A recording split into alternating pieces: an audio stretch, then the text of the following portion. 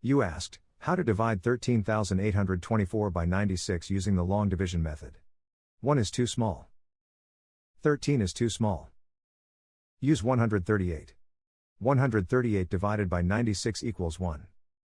1 times 96 equals 96. 138 minus 96 equals 42. Bring down 2, making 422. 422 divided by 96 equals 4.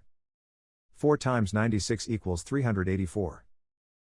422 minus 384 equals 38. Bring down 4, making 384.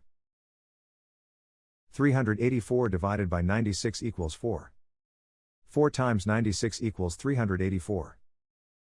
384 minus 384 equals 0.